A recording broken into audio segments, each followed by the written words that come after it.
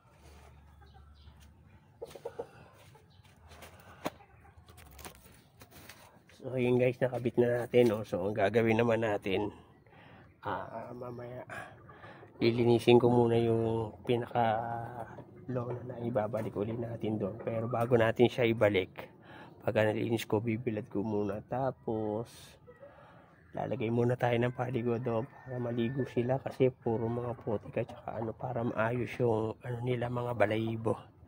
So hanggang dito na lang muna guys, at pagkano pala ulit tayo ng video natin. So maglilinis muna tayo, ayusin to, tapos pagkano kukunin pa natin yung iba dong ibon at ilalagay natin dito, ibibitin din natin.